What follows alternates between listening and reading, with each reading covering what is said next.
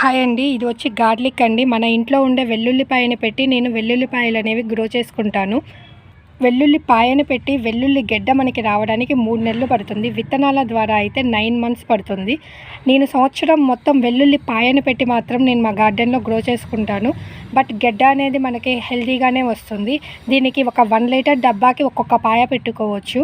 ఈ వెల్లుల్లి అనేది మన గార్డెన్లో గ్రో చేసుకోవటం వల్ల మన పెస్ట్ కంట్రోల్గా పనిచేస్తుంది. మన మట్టిని కూడా ఏమైనా ఉంటే పెస్ట్ బ్యాక్టీరియా, బ్యాడ్ బ్యాక్టీరియా అవి ఉంటే అవన్నీ అవాయిడ్ చేయడానికి ఉపయోగపడుతుంది.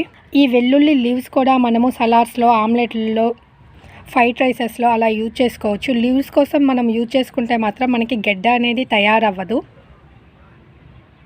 గెడ్డ కావాలి అంటే మనం ఆ లీవ్స్ని కట్ చేయకూడదు. ఆ లీవ్స్ మొత్తం బ్రౌన్ కలర్లో వస్తే అప్పుడు మనం గెడ్డలు అనేవి మనం హార్వెస్ట్ చేసుకోవచ్చు. ఈ గార్లిక్ అండి, ఇది కూడా ఒక ప్లాంట్.